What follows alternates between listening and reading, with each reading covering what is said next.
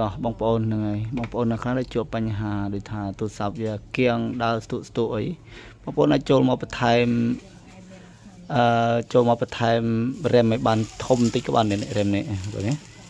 ហ្នឹងហើយដល់អញ្ចឹង RAM ហ្នឹងវាត្រូវថែមបាន 100G ទៀតហើយបាន 300G តែទូរស័ព្ទគាត់ហ្នឹងអត់បានថែមដល់អញ្ចឹងដោយទៀកដល់អូលច្រើនហ្នឹងហើយអញ្ចឹងវិធីនេះខ្ញុំមកបង្ហាញបងប្អូនឲ្យចូលមកកែកន្លែងហ្នឹងបន្តិចទៅដើម្បីឲ្យទូរស័ព្ទយើងដើរល្អហ្នឹងហើយអូខេអញ្ចឹងបងប្អូនចូលដល់កន្លែងហ្នឹងបងប្អូនជួយម្នាក់មួយមកហ្នឹងហើយជួយចែកម្លែកបន្តដើម្បីចូលរួមចំណែកក្នុងការចែកម្លែកទាំងអស់គ្នាហើយបងប្អូនចុចចូលតាមខ្ញុំមកហ្នឹងហើយសូមអូននេះចោលសិនទី1បងប្អូនមករកការកំណត់ណានេះការកំណត់នេះនេះឃើញឃើញដែរខ្ញុំនេះការកំណត់ហ្នឹងបងប្អូនប៉ះលើការកំណត់តិចមកអូខេប៉ះលើការកំណត់ហើយបងប្អូនអូសខាងលើមកហ្នឹងហើយអូសលើតិចមកអូសមករកនេះគេថាអំពីឧបករណ៍នេះណានេះអំពីឧបករណ៍នេះមើលអក្សរខ្មែរយើងទាំងគ្នានេះអំពីឧបករណ៍ហ្នឹងហើយអូសខាងលើមកឃើញកន្លែងហ្នឹងហើយអញ្ចឹងមកប៉ះកន្លែងហ្នឹងមួយប៉ះនឹងមួយមកវានឹងមកបង្ហាញពីទំហំមកនេះនេះគេថា RAM គេថា RAM ហ្នឹងគឺដើម្បីជំនួយឲ្យយើងប្រើប្រាស់ហ្នឹងវាដើរស្រួលដើរលឿនហ្នឹងហើយអញ្ចឹងទូរស័ព្ទនេះចាំមើលនេះមក Oppo នេះតើគាត់ដាក់ RAM ហ្នឹងប្រមាណហ្នឹងចុចចូលមកឃើញទេ RAM គាត់ស្មើនឹង0មកហើយហ្នឹងគាត់អត់តម្លើងមកផងដល់អញ្ចឹងវាធ្វើឲ្យទូរស័ព្ទយើងទាក់យឺតល្អយ៉ាងច្រើន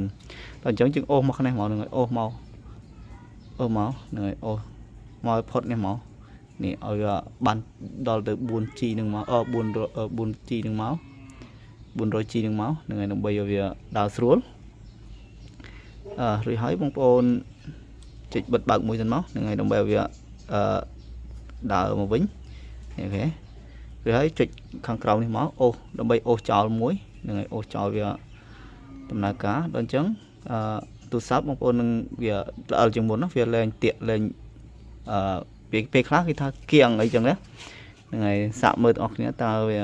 បានផលយ៉ាងម៉េចហ្នឹងហើយជួយ comment ប្រាប់ខាងក្រោមផងហ្នឹងហើយតែបើអត់បានផលយើងគិតទៀតហ្នឹងហើយព្រោះអីកន្លែងផ្សេងទៀតវានៅមានឲ្យយើងកំណត់ជាច្រើនទៀតតែអានេះខ្ញុំសូមបង្ហាញប៉ុណ្្នឹងសិនដើម្បីជាចំណែកមួយក្នុងការចែករំលែកឲ្យបងប្អូនបានឃើញទាំងអស់គ្នាហ្នឹងហើយនេះឃើញវាដើរស្រួលហើយឥឡូវអញ្ចឹងយើងចូលកម្មវិធីមើលទៅហ្នឹងហើយពេលខ្លះកម្មវិធីយើងចូលទៅអាចធាក់ចេញមកវិញដែរតែពេលនេះតែប្រហែលជាអស់អីហ្នឹងហើយដើរស្រួលដែរនេះដើរស្រួលហើយនេះដើរស្រួលជាងមុនហើយការមុនអូនយកការដែលតាក់តឹងដើរអត់ smooth ទេហ្នឹងហើយអត់ល្អអញ្ចឹងទេនេះគឺល្អព្រាល់ដើរស្រួលហើយអូខេនេះហ្នឹងហើយបងប្អូនមើលសាកមើលទាំងអស់គ្នា